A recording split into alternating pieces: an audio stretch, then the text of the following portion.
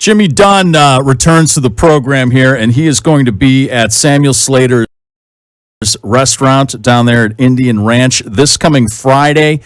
Great show, a great place down there, Jimmy. And have you done a show there before? Yeah, in fact, I'm one of the guys that's responsible for putting the shows together down there. Partner and I, Harry Conforti and I, been putting these together, and we've been doing them pretty much monthly now since the pandemic kind of cleared out, and we were doing them before that as well, and we put some monster shows on down there, and it's a great room. People really dig it. It's such a cool venue, the fantastic restaurant upstairs, and I love it there, man, yeah. Yeah, you're with Karen Morgan, who's awesome, and then Jeff, is it Jeff Cohn or Cohen? It's spelled wrong. It's Jeff Keon, but he spells it the other way around. I don't know. Just to be a dick?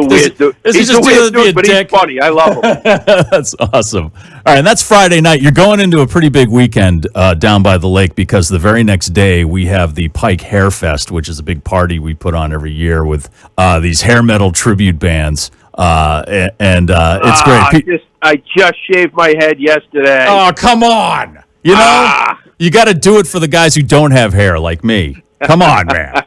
But yeah, we got a bunch of like these hair metal tribute bands. It's a huge party. And then awesome. The next day, we're like presenting Tesla over there at Indian Ranch. So it's a full on like hair metal weekend. So you're warming everybody up for that on Friday night. I might just grab a tent and hang out for a few days. That's what I'll probably just end up passing out in my car. So that's, if they still allow that kind of thing. So how you been doing, man? I know you got a lot of big things coming up here, but how have things been going since we last talked to you? This has been a great summer. Summer usually slows down comedy-wise anyway, but this has been a really good summer, and I think a lot of the comedians have been writing a lot of stuff in their notebook, a lot of new material out there, and a lot of fun to be had. So I live up here, as you know. I live up here on Hampton Beach. It's fun when I'm home, and then it's fun when I'm on the road as well. Now you've got the Hampton Beach Comedy Festival coming up. Now that's you, right? You put that one on. Yeah, that started I think we started that 10 or 12 years ago, yeah. And it started as one night, and now we're doing 5 nights, and I think we have 30-something comedians coming up this year. And the cool part is, the shows are great. We put 6 or 7 people on every show, and it's a really fun show. But then after the show, we hit the strip and we go play down the arcade. There might be some gambling involved. We have some fried dough, some bad pizza. We take in some Honda Civics with no tailpipes. We get the whole Hampton Beach experience, man. Yeah. What do you go? Do you go to Funorama or do you go to Playland? Which No, one? I'm a Playland guy from way back. Okay. I used to hand out quarters there, and the Playland. It's funny you ask that because it's that's as close as we get to gangs in Hampton Beach is your affiliation, your arcade affiliation. So and I got respect for Funorama. They got some good old games in there, and here's my concern with a Funorama. It's directly underneath the Hampton Beach Casino Ballroom, which is one of the best venues in New England, but also one of the oldest. And I've been in there when the Ramones are playing, and that floor was shaking and moving 6 inches. I don't want to be playing Asteroids and have I don't want to have a concert drop on my head while I'm playing Asteroids. Right. So you used to work there, huh? What places did you work at Hampton Beach? Oh man, I worked every racket on Hampton Beach. Before I even had a job down here, when I was a kid, I would ride my bike down to the arcade. I'd put a quarter in a pinball machine, and I'd rack it up to I'd win 6 or 7 free games, and then I'd sell it to another kid for 50 cents. That was my first job on Hampton Beach. I was a carny. I never even thought of doing something. Well, I was never that good at pinball, but still, I was real. I still am. I got one upstairs in my office actually at the house, but I love pinball. But then the first job I had, the first real job, was I was a dishwasher in this pretty famous restaurant on Hampton Beach called the Sea Catch, where you just get tons and tons of seafood for silly money. And to this day, I still won't eat seafood because they would just pile plates on top of me, and it was the most miserable job I ever had. And every night I was ready to quit, 13, 14 years old, whatever it was. And the waitresses were all from UNH. They were all college girls from UNH. And every night I was ready to quit, and they'd come tip me out, and they'd pinch me in the cheek and go, "You're so cute. And then you go, all right, I'll be back tomorrow. Yeah, my hormones are telling me to keep this job. Keep doing it. I worked that. I worked all the arcades. Probably the earliest stand-up I ever did. I don't know if you've ever seen that game where you roll the balls and the little horses run across the thing, you know? Oh, my God, yeah. Yeah, that Carney game. Yeah. I was the MC on that. I ran that thing, and so I'd have the microphone, and I'd be heckling people, and it was a microphone and an audience. It was power. It was a blast, though. I loved that one. I did that one all summer, and, I mean, I've done everything all the way to I've performed 4 times at the ballroom, so nice. I've worked every angle on Hampton Beach. Now, the comedy festival is, let me see, August 17th through the 21st. Yeah, is that still right? 17th through the 21st. Yeah, we're doing 5 nights at McGuirk's, and it's really, we found this venue during the pandemic because we had to find somewhere outside, and they got this really little cool outdoor courtyard kind of set up, perfect for outdoor comedy, and we had a blast there last year. They invited us back, so we're going to do it there this year again. So 5 nights this year is going to be a blast. Now, I'm hoping this doesn't happen, like an incident that happened earlier in the summer, but is there any chance of the Hampton Beach Comedy Festival getting canceled because of some endangered bird that's nesting near McGuirk's or something like that? You speak of the piping plover, I believe. Is that what it was? The piping plover, yes. So this is what I know. The piping plover is an endangered bird, and they nest on the beach in this beginning of the summer is when they nest, and they mate, and then they nest. And problem is that they do that right on the beach, right where they launch off the fireworks. So we have a debate. Do we protect the little birds who are endangered, or do we shoot some stuff up into the sky, right? Right. Now, you get a lot of people down here on the beach going, oh, I can't believe it cancels fireworks for the stupid birds. But I would suggest this. The next time you're making love, I come to your house and I start chucking M80s in your bedroom. How's that going to go? I hit you with a Roman candle while you're trying to have babies. How much do I have to pay you to do that? Because there's probably a Pornhub channel for that, man. You know? It's a lot less than you think.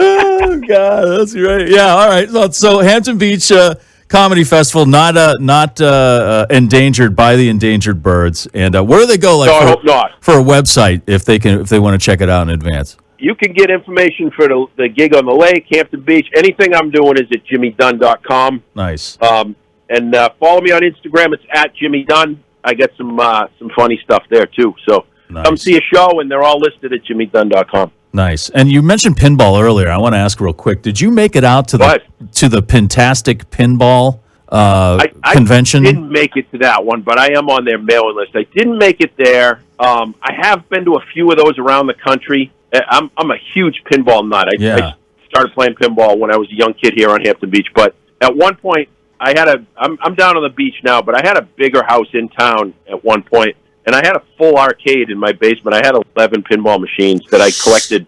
11? I had 11 pinball machines that I collected from around the country, and not just any pinball machines. I had every single vintage pinball machine that had any kind of surf theme on it. I searched them out, found them all over the country. Went to Nova Scotia for one of them, and I saved a couple of them, but I sold most of them off when I moved back down. I'm on the beach now, so it's a much smaller house. But yeah, at one point I had the world's coolest surf arcade. Man, it was a cool setup. Wow, I had no idea what that scene was like. Like, I went over there because it was over in Sturbridge, not too far away from here, and I went over to check it out because I heard they had the brand new Rush pinball machine, and I'm just a Rush freak. And all right, and it was it's just like any like comic book convention, like Comic-Con is going on now, or any kind of like a horror convention. People are so into it. I had no idea. Like, the big giant thing this year was they had 4 of these brand new Toy Story pinball machines, and people were just lining up to get their hands on them. It's incredible. I was working at a comedy club in Cleveland, and they had a convention in Cleveland that same weekend, and I almost missed my show because I was in a tournament.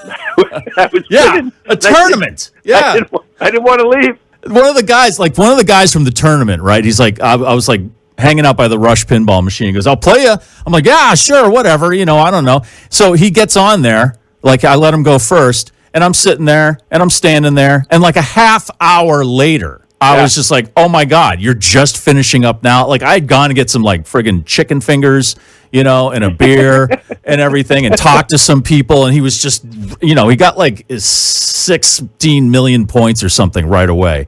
And I get up there and I'm on for, much like my sex life, like 5 minutes, I'm done, and it's just like, are you kidding me? It's amazing the level of skill. And, it's just like any other athletic competition where everyone has their own style, the way they move their body. I was like blown away. And I found, and they also have, as you probably know, they have other video games there. They had this whole like retro throwback room with all these like home video games, but they had the tabletop version of Tempest. The sit-down version. Tempest was my video game back in the day. I must have pumped. If I had the money I pumped into Tempest now, I'd probably be richer than Elon Musk. But they had that, and it was great. My buddy down at Playland has that money. Yeah, right. He must. Yeah, it's all in quarters though. That's the problem. Yeah, right. All right. My friend owns an arcade. I drive by his house and go, they paid for that in quarters, man. When I was a kid, right here at the bottom of the hill, there was an arcade that called the Barn. And that's where we hung out, and that was where we hung out. That's what we did. And I remember this like it was yesterday. They had a jukebox in there, and you put a quarter in there, and you get 3 songs. And Renegade by Styx would skip, right? So we'd put a quarter in, and we'd play Renegade. Oh my God, are you kidding me? There's a guy that worked in the cage that had to come, fix it when it skipped.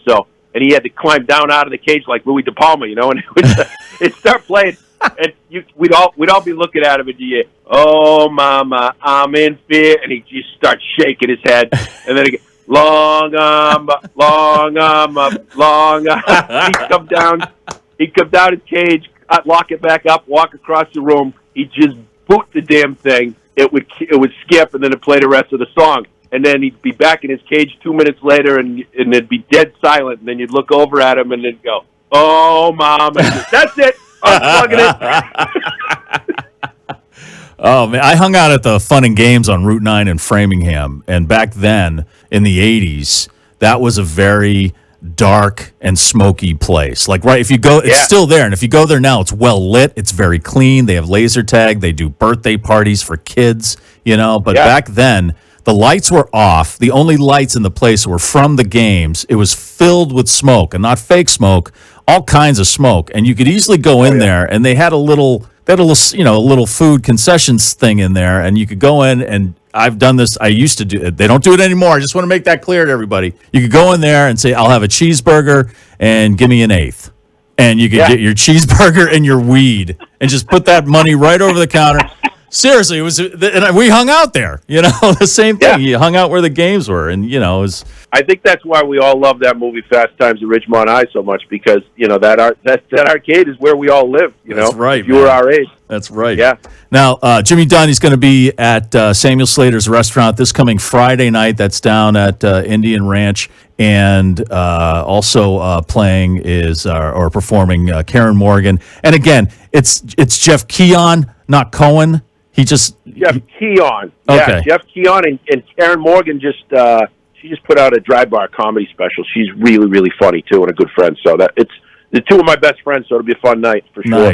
Nice. So that's happening Friday night. Doors are at 7. Before you go, Jimmy, got to ask you. You were or are maybe still a writer for one of my favorite TV shows ever on Amazon, and that's Loudermilk. It's just such a great, funny show, and it's actually an emotional roller coaster ride. But is there going to be another season, and are you involved?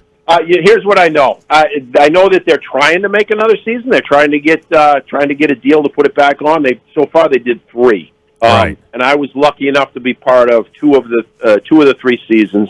And the episode one of the episodes that I wrote is one of my favorite things that I've ever written. I love the show. I hope we get to do more. It's Peter and Bobby Farrelly are the directors and the showrunners on it. And if you know anything about comedy, they're just 2 of the best in the world. Oh, absolutely. And Pete's got a new movie coming out too that I'm pretty excited about called The World's Greatest Beer Run. A bunch of my friends are in that. So I hope so. I hope we get to do more. I'm glad that it got on Amazon and people got to see it. Actually, one of the other writers on the show was here at my house last weekend, and we hung out. We're having some laughs. But yeah, it's a great show. If you haven't checked it out, it's a dark comedy. Yes. It's about a group of it's AA group, I guess. Technically not an AA group, but that same sort of feel to it. And but the guy in charge is sort of off the rails too. So yeah, it's a bunch of dysfunctional alcoholics. That's right in my comedy wheelhouse. Right. Loudermilk himself is like my spirit animal. He's like an old, burned out music critic who just hates people in general, which is hilarious because he runs this support group. But it's just like, wow, they made a show about me. That's fantastic. That's Ron Livingston. Ron Livingston plays that guy. Oh, it's so good. Brian Regan plays a guy named Muggsy on the show, and he is just brilliantly funny. And I mean, he's one of the best comedians in the country anyway, but to see him act in this stuff is something that he doesn't usually do. Yeah. And he's really, really good. He played the Casino Ballroom a few weeks ago here in Hampton, and I got to have dinner with him after the show. Oh, nice. We were talking about Loudermilk, and he's just the best, man. Funny dude. It is surprising how well Brian Regan can act. I don't know. Maybe comedians there's some acting.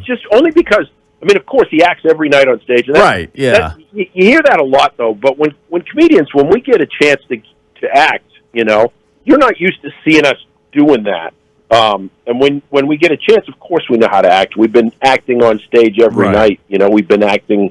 That's what we do. And it always amazes me when Hollywood is surprised. Oh, you can act? Yeah, of course we can act. How do you think we babysit the drunks every night? Right. Yeah, right.